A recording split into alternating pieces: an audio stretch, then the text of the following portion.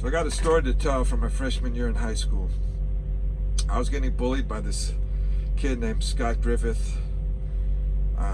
He wasn't beating me up or anything, but he's just messing with me constantly. I remember one time, like, he pantsed me in gym class and, things like that. He was just, constantly messing with me. So, I was thinking for a while, I got to stand up to this guy. I can't let this continue. I got to put an end to it, It's been going on for several months, and I'm like, I got to stop. I got to stand up to him. I got to fight him, whatever, And so I had a friend, lived across the street from me. His name was Greg. He was 1 year older. He had gone to a rougher school for a little bit. He'd been in lots of fights and everything. I always imagined him to be like Fonzie, and I was Richie Cunningham. My parents were very strict. I was like a square, and he was like this cool dude who, been in fights and everything. And he was into metal before any of us. He had long hair even back in junior high, and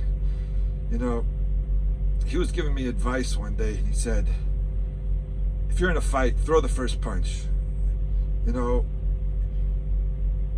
He was telling me about this fight he'd been in where this guy like punched him in the face, and he was like kind of like stunned, and it took him a little bit to recover. He ended up winning the fight, but he had to recover from that first punch. So he gave me that advice: throw the first punch. So one day I'm in gym class, and Scott Griffith comes and he hits me in the back of the head, slaps me in the back of the head. And so I reach back and I'm like, what the hell? There's gum in my hair, right? So now I'm like pissed off. He put gum in my hair, right? And then a little bit later, I see him and his friend Bobby Campos laughing at me, right? I see him looking at me and laughing, and now I'm pissed, right? So now I've had enough. I'm finally like, it's enough. I got to stand up to this guy. So I walk up to Scott and I'm like, going to take Greg's advice. I'm going to throw this first punch. I'm going to punch him in the face. And I throw this punch.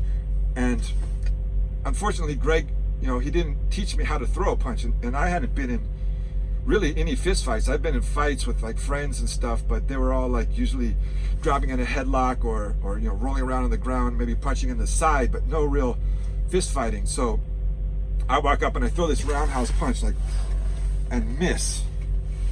I don't know how I missed, but I missed. So then his friend Bobby Campos jumps in and he pushes me. He's like, hey, you didn't put gum in your hair, right? So now it's 2-on-1, but I'm still focused in on Scott. I'm looking at Scott. Bobby's over here in the peripheral, and suddenly Bobby just disappears like this. Poof, he's gone. I was like, what the hell happened? My friend, my childhood friend, Matt McDonald, came and shoved him so hard, he literally flew in the air. And then him and my friend Brian were there to have my back. And I never forgot about that. I never forgot that Matt came and helped me out that one time. And me and Matt, we were part of this group of kids that grew up on my block. And it was kind of strange because there were like just this big group of boys. I mean, there were some girls on our block, but they were all older.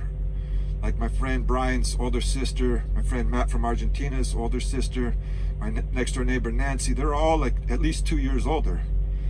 But there are all these boys that were all born in the same year, except for Greg, who was 1 year older. We were all born in 1972. And me and Matt McDonald, we were close for one summer, but other than that, we were just kind of part of this group. And right around junior high, our group kind of broke up into pieces. Brian and Matt McDonald, they went off, first they got into smoking, and then they went off and they eventually got into drugs and alcohol. Me and Andrew, my friend Andrew, we got into skateboarding, we became skaters. Matt from Argentina kind of went off in his own direction. Greg had his older friends, and from time to time we'd run into each other and whatever, but me and Matt McDonald, we weren't that close. I mean, last time I seen him 20 years ago, he had gotten into methamphetamine, ended up going to prison, and he had just gotten out, and he had the total prison look: big thick goatee, shaved head, beanie pulled down low over his eyes, And he was drinking pretty heavily, and from what Brian was telling me, he kind of switched from, he quit doing meth, but he kind of switched from meth to alcohol, and he was a truck driver at the time, and I remember him driving off drunk. Like, first of all, I stopped by, I seen them hanging out, I stopped by and I had a beer with them, and I'm not much of a drinker, so I just been sipping on the beer, and Matt's like, hey, can I have the rest of your beer? I mean, I can't imagine asking, can I have the rest of your beer? But obviously he had a problem, and like, he drove off, and he was a truck driver at the time, right? I'm like, damn, he's driving drunk when he's a truck driver. And sure enough, eventually he got a DUI and he couldn't drive a truck no more. So he ends up like starting a trucking company and doing really well. I mean, out of all of his kids that grew up together, he was doing the best. If he wasn't a multimillionaire, he could have sold his company and become a multimillionaire, I always see his trucks around, and I was always like, wow, there's Matt's company, Well, last week I got the news that he passed away.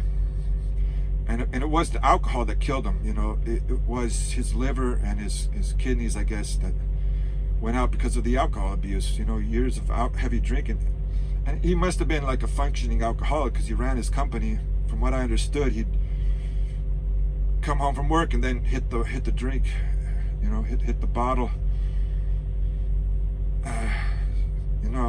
and ever since I got that news about a week ago, I've been feeling pretty depressed about everything, thinking about just like liquidating all my assets, going and moving and being with my family. It kind of, even though we weren't that close, I hadn't seen him in 20 years, I always was happy that he was doing so well, better, out of all of his kids, he was doing, so good, and it just reminded me of my childhood and everything, so I don't know, it's really been making me think about, is it worth it to be spending all this time away from my family? I mean, I have my plans, I'd like to get to reach my goals, get my apartment built, which is why I got into stacking in the first place, to save up the money to build an apartment to have income for when I retire over there in the Philippines. But it's been a long time away from my family. I really don't know if it's worth it. So I've been thinking a lot about that, thinking about selling. I mean, I can't go back right now anyways, because COVID's out of control over there. They closed the country to foreigners. But I've been doing a lot of thinking about whether or not I should sell, like just liquidate all my assets, sell my stocks, sell my gold and silver and everything. I don't know. I would like to reach my goals, and maybe, the fact that I can't go over right now will give me some time to think about it, maybe, decide. But next time I drink, I don't drink much, and by the way,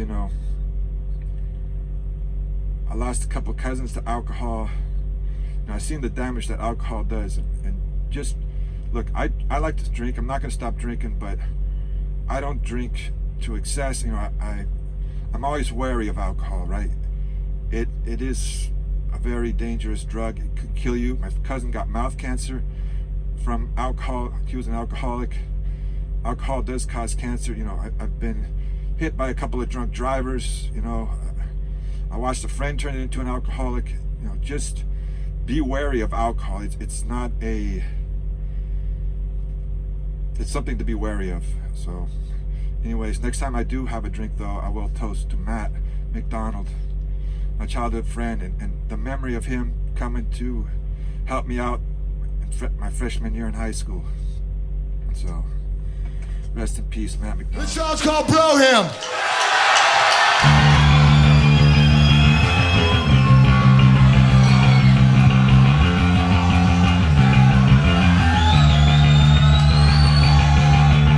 My friends, present, better be on. especially those who weren't with us too long. Life is the most precious thing you can lose.